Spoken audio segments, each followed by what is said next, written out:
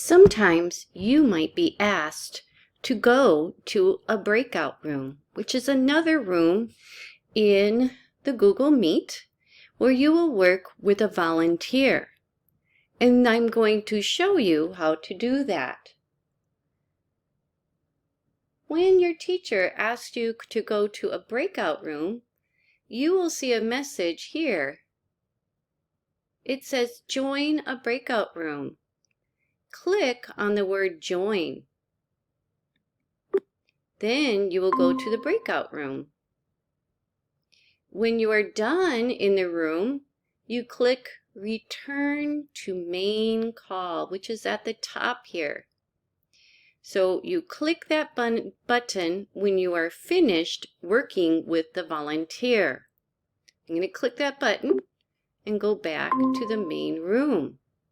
Sometimes you might see the join up at the top right-hand corner here.